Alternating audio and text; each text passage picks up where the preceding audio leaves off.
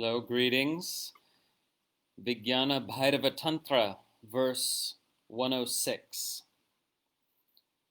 I'm shooting this live video once again at the new Portugal Retreat Center. This is a different angle or a different shot, I think, than you guys have seen before. And yeah, settling in here to stay, it seems. Making plans to build a tiny house just over there. I can see the spot. And you're all invited now. It's much easier for Europeans to come currently than anyone else in the world. And but if we look at history, I think we can be well assured that pandemics, whether mild, moderate, or severe, don't last forever. And we're lucky this is a relatively mild pandemic. A lot of people lose sight of that fact without historical perspective. Read a bit about 1918, 1919, and you realize, my God, we're so lucky. We're so lucky in 2020. Having said that, some people are more comfortable traveling than others, but you're all invited when it feels right, when the time is right, to come and visit us here at our beautiful spot here at the Tantrika Institute, Portugal. We say in time there might be Tantrika Institute retreat centers in North America and other spots as well. For the next few years, probably we just have this one. It's in central Portugal. It's very beautiful. There are many things to recommend it, but I won't go on and on because this is a VBT video. I just like to take these opportunities to give little updates. I don't know if the camera will adjust properly,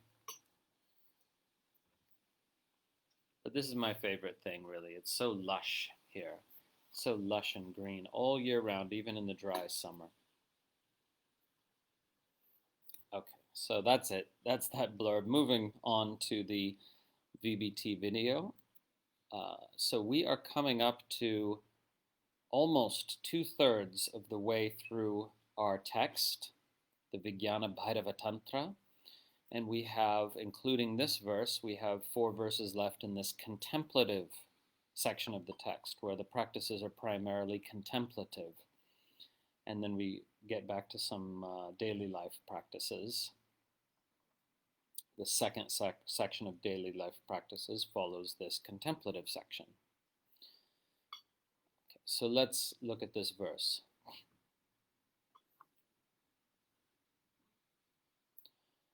Grāhyagrāhakasaṃvittiḥ sāmānyā sarvadehinām yogināṃ tu viśeṣo'sti saṃbandhe sāvadhānatā. The awareness of knower and known is common to all embodied beings. But for yogīs, there is this difference. They pay careful attention to the connection. Okay, so let's break that down a little bit more. Grāhyagrāhakasaṃvittiḥ, the awareness of both knower and known, is sāmānyā, is common to or shared by all embodied beings. All embodied beings experience subject and object. Subject means the one who is knowing, right? Whether it's you or your dog, there's a subjectivity, right? So subjectivity refers to the fact of subjective experience and the fact that you know or cognize this, that, or the other. So cognize just means you have an experience of something, right? So for example, if you're gazing at a clay pot, that's the traditional Indian example, or your coffee mug, that's the modern example, then you know coffee mug. Right? Whether you're thinking about it or not, you don't need to have a thought about your coffee mug in order to cognize it. So cognition does not mean thought. It can, but it's a broader term. You have a cognition of your coffee mug. You see that it exists. You have a particular experience of it as well. If it's your favorite coffee mug that someone you love gave to you, you might just feel warm inside just from looking at it, again, without even having a thought about it, right? So you have an experience, a cognition that might have complex elements or subtle characteristics or not, depending on the experience in question. So knower and known, right? Grāhya and grāhaka. So the grāhya, that's the coffee mug, or whatever you're cognizing, right? And the grāhaka is the one who's knowing that. So I see the mug, or the cup. I don't know if mug is a word known to people who don't have English as their first language, but I see the cup, right? So there you have knower and known, an I who is seeing, and a cup that is seen. Now this is the same for your dog too. They don't have language. The dog doesn't have language, but it knows objects. It cognizes objects, right? If it sees its favorite bone, it distinguishes that bone from other objects, and it goes for the bone. And if somebody tries to take the bone, it reacts differently than if somebody tries to take something it doesn't much care about, you know? So there's cognition, and there's an experience, and there's a history with that object, which is reflected in its behavior. So the dog too is cognizing, it's having an experience, I see the bone, even though it doesn't have the language for it, right? Okay, so that's the first line of the verse. Now in the second line we see yogīnaṃ tu viśeṣo'sti. But for yogis, there is this difference, this viśeṣa, this distinction. Now yogis, what's the word yogi mean here? Actually, we have to pause there because of a modern confusion. In ancient times, everybody understood that the word yogi basically means meditator. Okay, so the word yogi can have many, many, many connotations of meaning. The word yogi, used in certain contexts, can mean something like a magician or something like a master of occult powers. So if you're reading a Sanskrit adventure novel, and yes, there are Sanskrit adventure novels. In fact, many of them. It was a whole literary genre. If you're reading one of these swashbuckling adventure novels written in Sanskrit and the word yogi appears, it probably is going to be a character with occult power. It could be a good guy or a bad guy. Maybe the hero will have to overcome the yogi and his powers to save the princess or whatever. But context is everything when it comes to language in general, and Sanskrit even more so, Sanskrit in particular, because words are multivalent in Sanskrit much more than in English, so that they have many words tend to have many, many meanings, so context determines which meaning is relevant. And in spiritual contexts, right, in religious or spiritual contexts, the word yogi almost always means simply meditator. It also implies self-discipline. The word itself, is sometimes almost like a synonym for tapaswin, a self-disciplined person, right? But the primary meaning is certainly meditator. So this is different, isn't it, from our modern culture in which yogi or yogini, mispronounced usually as yogini, often is being used to refer to a practitioner of physical yoga. So let's take a moment to make that distinction. And it is an important one in the historical development of the use of this word, right? Because nowadays, if you say yogi, people are as likely to think of someone doing a complex physical or difficult physical posture, at least as likely to think of that as a meditator. But for the whole history of the usage of this word, all the way up until, say, 1900, if you said yogi, the image that came to mind most easily, most readily in the mind of the hearer is a meditator. So I just wanted to have a little moment to kind of discourse on that a bit. Again, yogināṃ tu viśeṣo'sti. For yogis, for meditators, there is this difference. There is this distinction, meaning to say yogis perceive something or notice something that not everyone does, right? Because now we have a contrast between sarvadehinām, like just embodied beings generally, dogs, cats, humans in general, versus yogis in particular. So the yogis notice something or pay attention to something different. And that's the last two words of the verse. Saṃbandhe, sāvadhānatā. There is careful attention to the connection, the saṃbandhe connection. They pay careful attention to the connection. Okay, so we'll talk about this connection. Saṃbandhe is obviously the key word of the verse. We could say, to begin with, that the connection in question is where the knower and the known meet, as it were. Subject and object meet each other, right? And so the mudra that exemplifies this relationship is chin mudra, or consciousness gesture. So the word chit means consciousness. Chit becomes chin before an M sound. So chin mudra means actually chit mudra, consciousness gesture. And that's simply this. Now you see pictures all over the internet of so-called meditators. They're actually usually models pretending to meditate. And the difference is immediately obvious to anyone with meditation experience.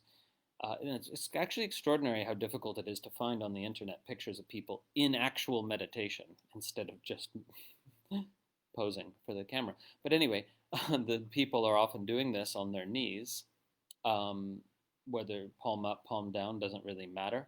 Palm down is more relaxed.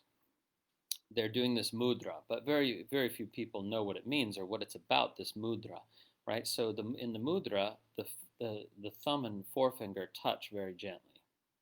Okay. Now, if you're holding it palm up, it has the advantage of you realize when you're sort of getting sleepy or trancing out, because your fingers come apart, and then you maybe go, oh, and you come back to your meditative awareness. You bring your fingers together, but that's just a functional aspect of the mudra. The main point of it is that the two fingers touching in this mudra are subject and object.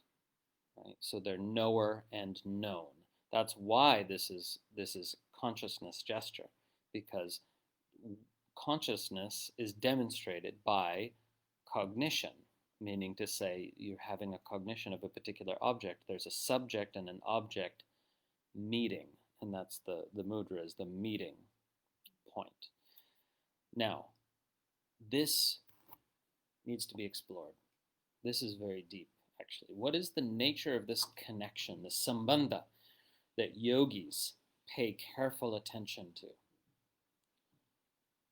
Yeah, what's that about? Well, when you contemplate whatever you're looking at, whether it's body, your body is an object of awareness, right?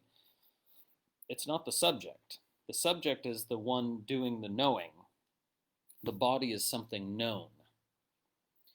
So subjectivity is actually a mystery to scientists as well as to everyone else. Nobody really understands subjectivity. Why does subjectivity exist? What actually is it? In spiritual philosophy, we speak of the point from which all seeing is done. That's the center of subjectivity, is the point from which all seeing is done. Right? So in relation to that point, it's not really a point, it's a figure of speech, but in relation to that, everything else is an object. So body is an object. Thoughts are an object, right? Meaning an object of awareness, something you're aware of, something that is known or cognized or experienced. Body, thoughts, feelings, these are all objects of consciousness in relation to a subject. But what is that subject? When you turn and try to look at the subject, you find you can't see it. It cannot be made into an object. You can never see the point from which all seeing is done. You can never, and this is reflected on the physical level in the simple fact that you've never seen your own face, and you never will. You've seen reflections of your face. You've seen images of your face. And in the 21st century, probably you've seen more images of your own face than any other humans in all of history. And so it's easy to forget you've never seen your own face, and you never will. And in precisely the same way, but at an even deeper level, subjectivity itself is that which makes seeing possible, but it cannot be made an object. It's again, the point from which all seeing is done. Now, what's the relation of this subject to the object? Well, this is what demands investigation, right? Because the ordinary sort of experience alluded to in the first half of the verse, the ordinary experience is, whether it's a visual object or an auditory object, I hear a sound. Like right now, if you close your eyes and hear the sound of my voice, it's easy enough to have an experience of separation. I am a separate individual hearing a particular sound, in this case, the sound I call Harish's voice, or whatever you call me, it doesn't matter. The voice of this guy. And that's the ordinary experience. But now if you investigate it a little more closely, you discover it's not so simple, is it? Because where's the dividing line? You ask this, where's the dividing line between the subject and object? Well, another way to ask the same question is, where is the object located in relation to the subject? Now, you have a mental model of the universe, which causes you to say, oh, the object is over there, like the mug is over there, or the sound of his voice is coming from my computer. Okay, but where are all these objects, like your coffee mug and the computer and everything else? Where are they located, if not within your consciousness? Right? Now we discover, oh, okay, well, it's actually just a habit. It's a mental habit to picture objects as being outside of me. But that's not really where they're found. They're found within your consciousness. By definition, whatever is outside your consciousness is not perceived. Whatever is inside your consciousness is perceived. That's just literally true, right? This is not some mystical teaching. Whatever you perceive is internal to consciousness, or it would not be perceived. So, the sound of my voice, your computer or phone and coffee mug, and body for that matter, all of these things are appearing within consciousness, and they're all equally within consciousness. You can't say one is more within consciousness than another. They're all equally appearances within consciousness. They have different characters, like tactile, some are touchable, audible, some are hearable, visual, some are seeable, but they're all appearances within consciousness, right? So then you discover, oh yeah, this isn't so simple actually. Like the sound of this voice I'm hearing, it's appearing within my consciousness. That much I can know for sure.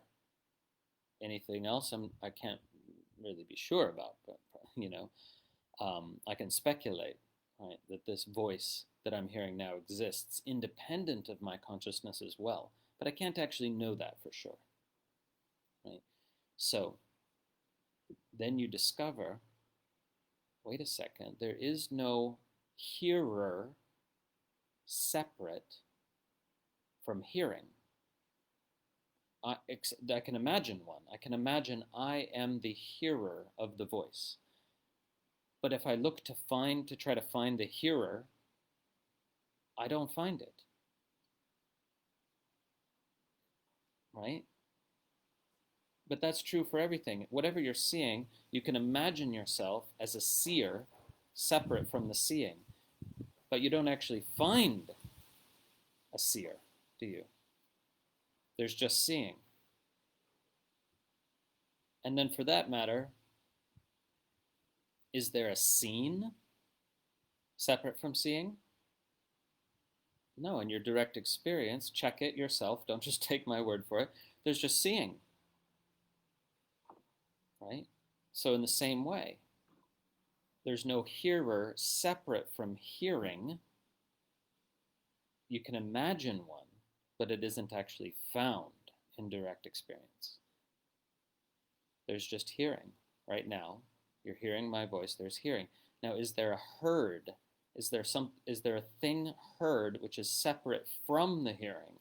Again, only in imagination. And imagination itself exists only within consciousness. So you haven't got outside of consciousness if you're imagining that the sound of my voice is something separate from consciousness. Okay. So then we discover, oh, this connection, this meeting place of subjectivity and objectivity is very mysterious, because the closer you look, the more the boundary dissolves. Isn't that fascinating? Because the boundary seems obvious as long as you're not looking at it. There's me, and then there's everything else. There's me, and there's not me. The world of not me is the world of objects. But then where's the boundary, right? Because you tend to assume body is part of me. But then you take a look at, oh, body is an object of awareness. It's something seen. It's not the seer. Right? Thoughts are something seen. So thoughts are, if I am the seer, right? And that's an axiom, we could say. You might choose to dispute that, but here we're assuming I am that which is seeing. So I can't be my thoughts, at least not in any kind of fundamental way, because thoughts come and go, and I see them come and go. I see them. If there's some I there, it's something somehow different from the thoughts. But we don't find it as a thing in itself. We don't find this self. So what is there? There's not a self, there's consciousness. Right? Because if self isn't found as an object, but consciousness is found as the context for all experience. Consciousness is that which makes experience possible. So we could say consciousness is the field within which all these phenomena are arising and subsiding. Field, it's just a convenient term, you know. Context is more accurate. It's the you know, or the arena, if you will, of possibilities within which all these phenomena arise and subside. Okay, so to sum up then, whatever you're looking at a coffee mug, you're hearing a voice, whatever you focus on, this whole subject-object distinction collapses. And you realize, oh, there's nothing happening but a consciousness event with a particular flavor or frequency, you know. So as one non-dual teacher put it, rather than saying, I see a dog, it's more accurate to say, seeing is happening with a dog-like flavor. I'm seeing dogly. I'm seeing in a dog-like manner. But there's not even an I. See, language forces us to posit something that we don't find in direct experience. There's no separate I, except, again, the one you generate in imagination. So it feels as if it's there until you look for it, and suddenly it's gone. There's just seeing with the flavor of seeing that happens to be present, right? There's just hearing with the flavor of hearing that happens to be present. So if you're hearing a high-pitched sound, it's, you know, that sort of hearing. But it's really just a consciousness event, consciousness vibrating in a particular way. So when you investigate the connection between subject and object, it becomes a rabbit hole, which leads you to awakening. Actually, becomes a fascinating rabbit hole, because you think you're going to find, oh, a connection by which subject meets object, but instead you find subject and object dissolving, and what appears is simply consciousness vibrating in a particular way, right? So the language we use to describe this is really not so important. We could say that hearer and heard collapse into pure hearing, right? Or we could say hearing and heard collapse into the hearer. There is only the hearer. That's just trying to stress that consciousness is fundamental. So you could say seer and seen collapse into pure seeing. And this tends to be how the Buddhists articulate it, whereas the Tantric Shaivas or Tantric Hindus tend to say rather only the seer exists. Seeing and seen collapse into seer, but they're actually saying the same exact thing. It's just a matter of where the emphasis lies in the teaching.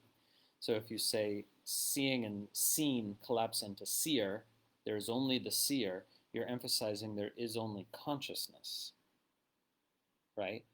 And there's a sense in which consciousness is an aspect of being. So in other words, in the Shaiva or Hindu version of this teaching, there's an emphasis on consciousness as belonging to being. And in the Buddhist version of this teaching, it's more impersonal. There's no being per se. There's consciousness, but it doesn't belong to anyone or anything. Whereas in the Shaiva vision, there's one being. There's a universal being. There's a universal consciousness, which we're all expressions of in some sense. So this is really how people end up finding their way from one to the other and landing somewhere. It sort of feels right to talk about it in this way versus that way. And you find yourself, ultimately landing in one camp or another. But they're really talking about the same thing, just with a different flavor of experience.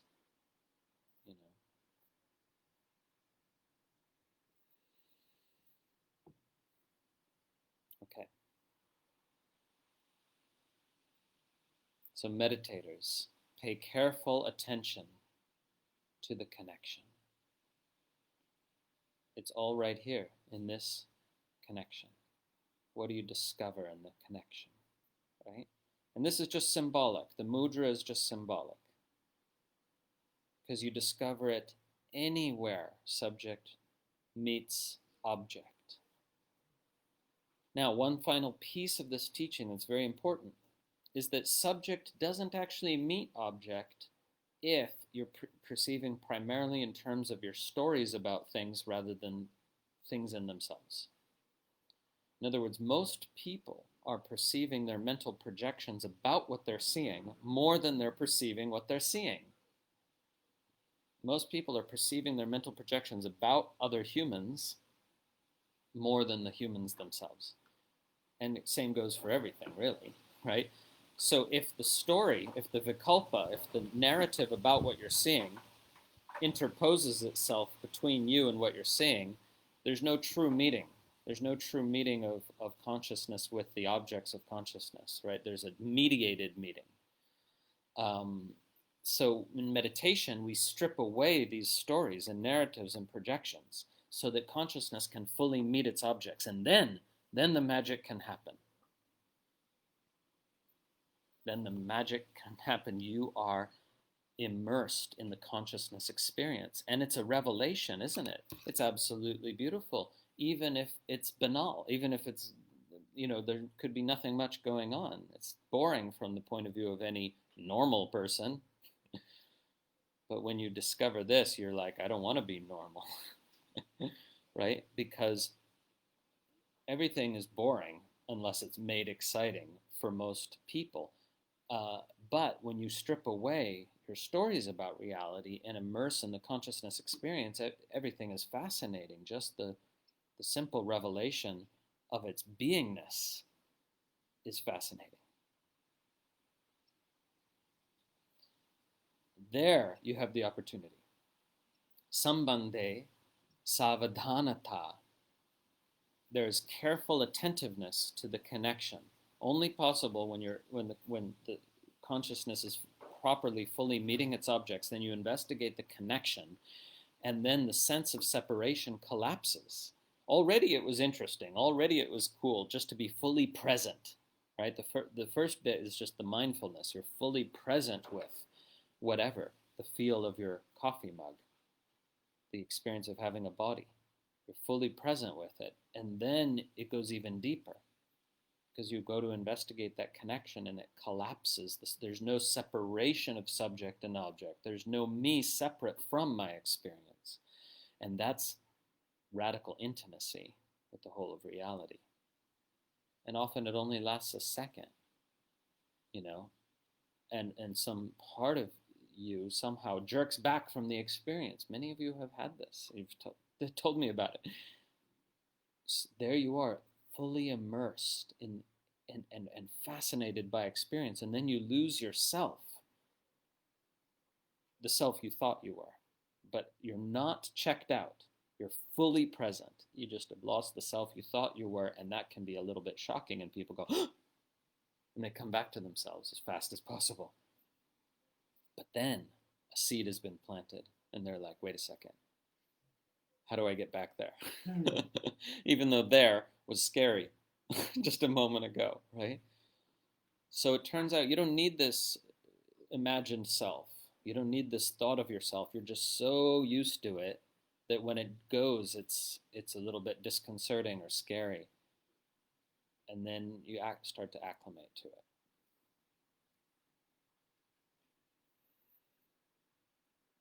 Okay, so there's comments.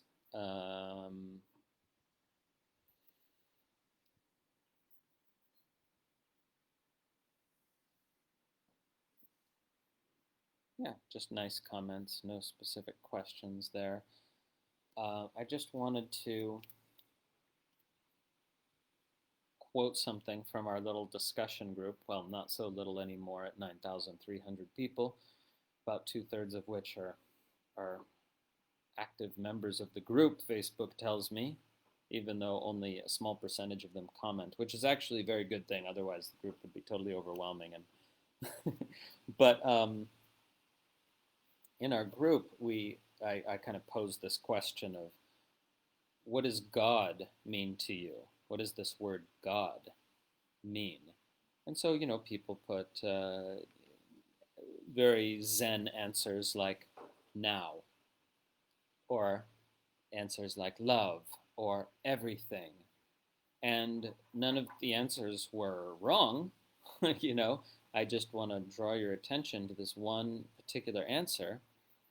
And I don't want to, it's not about, highlighting one person or anything like that. It just so happens that this answer captured something about this teaching, Well, now I see there's 300 comments, and I'm probably not going to find it in that thread of what is God. But I do want to highlight, again, in their own way, all the answers are right. Why? Because, well, some of them are not right in the sense that they reflect a belief. From a spiritual point of view, an answer that reflects a belief, a thought, can't be the right answer. It's not that it's wrong, but it can't be the right answer because it's just a thought. But a lot of the answers to this question, what does God mean to you, had to do with experience, meaning to say people had an experience which was much more profound, meaningful, expansive than their sort of everyday experience, right? Here's an example. Somebody wrote, God is the one all-pervasive energy field, the pulse of existence, of absolutely everything. Now, this sort of comment clearly refers back to a specific experience that person had. And that's absolutely valid. But this is what tends to happen, is that then we kind of imagine that the ultimate, which some people call God, other people can call Buddha nature, it doesn't really matter, but the ultimate starts to be imagined as a particular kind of experience. But in non-dual teaching, the ultimate, the absolute, is manifested as the substance of any experience whatsoever. If it's seen or felt with clear eyes, or clear mind, right? It's whatever is happening now, free from your story about it. And if you're really experiencing whatever's happening now, free from your story about it, there's a sweet intimacy with what is. And what is revealed as somehow fascinating or beautiful, or a source of wonder.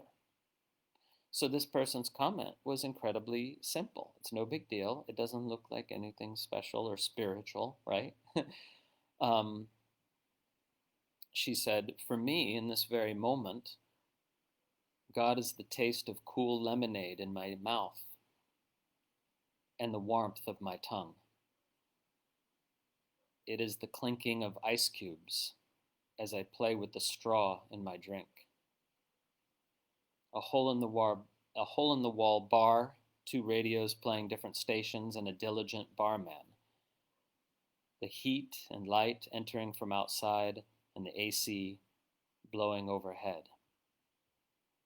God is all of this, yet transcends all of this. God is in the details, yet cannot be exhausted by them.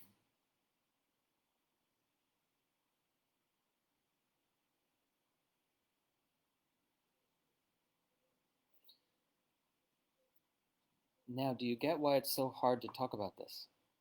This person says, right now, in this moment, God is the taste of cool lemonade in my mouth, and so on, because that's what was happening in that moment. But in any other moment, the same could be said if you're experiencing reality free from your story about it. So it's not about lemonade or the clinking of ice cubes, but God is in the lemonade and the clinking of ice cubes, right? It's because consciousness revealed through any experience whatsoever is a miracle. It's just that most people aren't experiencing what is, they're experiencing their story about what is.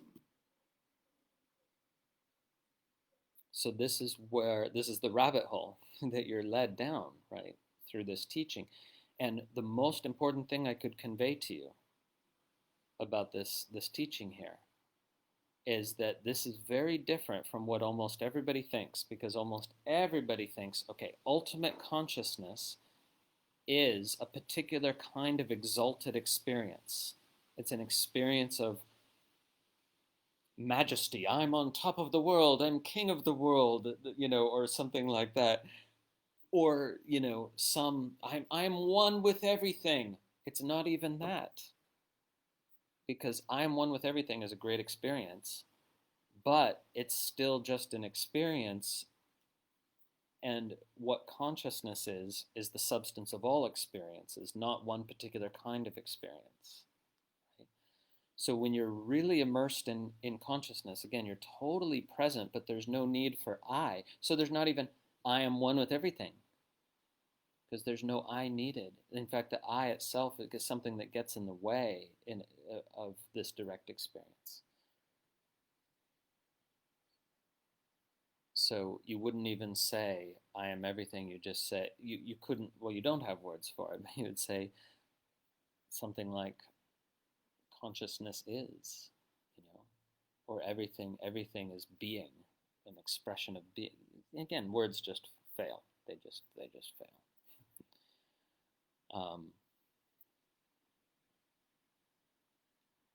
Yeah.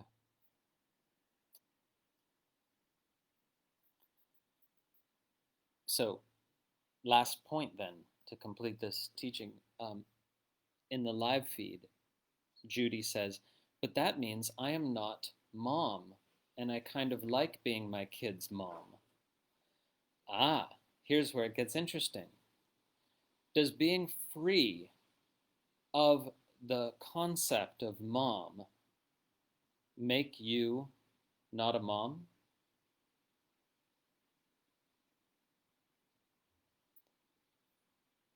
Investigate this in your own experience. You may find that being free of the concept of mom makes you even more intimate with your children. Being free of the concept that they are your children makes you better able to connect with them, I would argue. Check it in your own experience, right? Because if you're free of the notion of I'm their mom, then you're free of the cultural conditioning that says it should look like this and like that, not like this and like that. Cultural conditioning gets in the way of following your deepest innate intuition. And it also gets in the way of meeting the other form of the divine, right? The other person you're looking at is just you in another form, God in another form, but is expressing uniquely.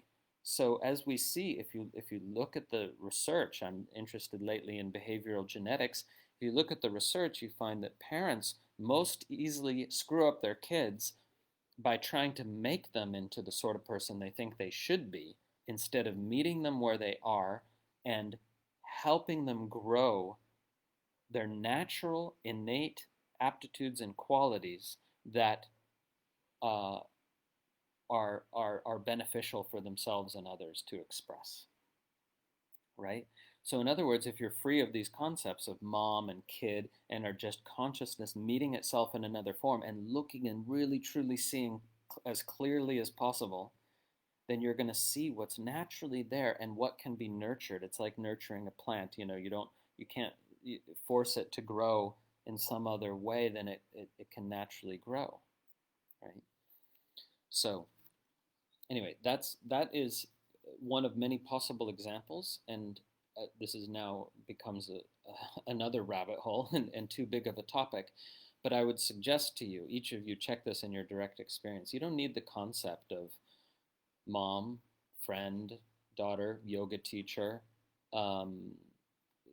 professional, whatever. You don't need these concepts to meet reality. In fact, they impede meeting reality as it is now. They're always referring back to some concept that you internalized, which can impede meeting reality as it is now.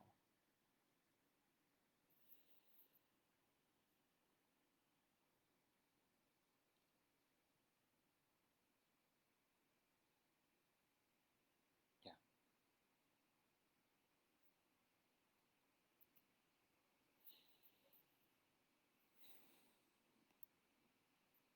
So, like Feather says in the live feed, you don't need the concept of mom.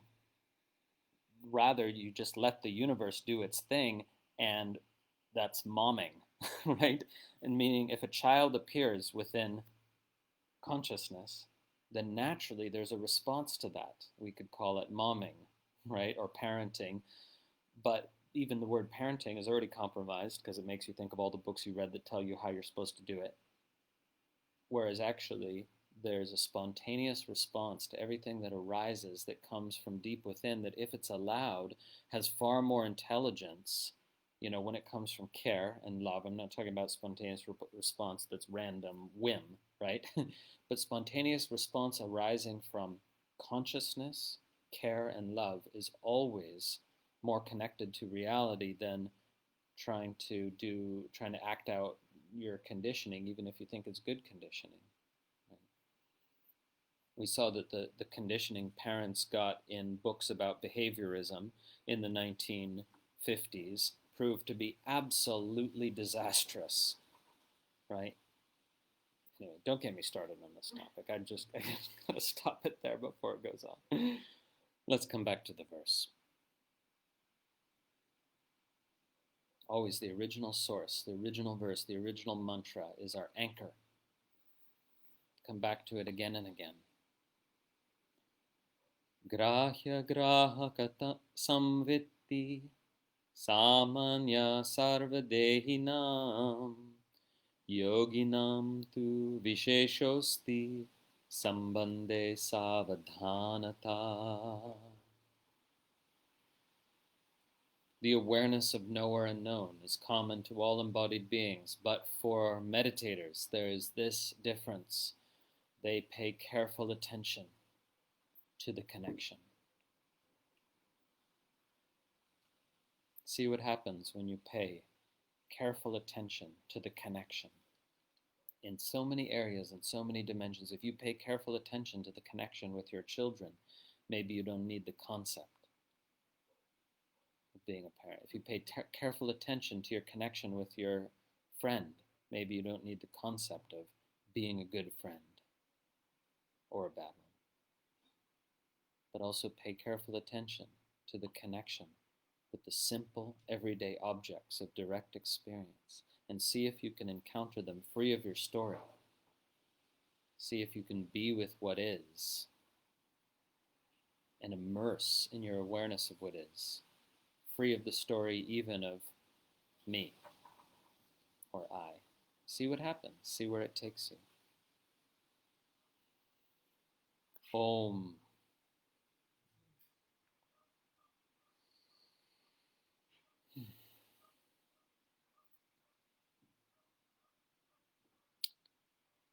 See you next time for the next VBT video. And a big shout out to all the patrons on my Patreon site that make all this free content possible. This VBT course has been going now for more than 2 years due to those patrons, due to their support. So thank you so much. And if you want to become a patron, you can. We're starting a new series tomorrow, as it happens. So this is a great time to become a patron. And also give your love to those patrons who make all the free content possible. So it wouldn't be here without them. So give them a big virtual hug. Take care, everyone. Lots of love.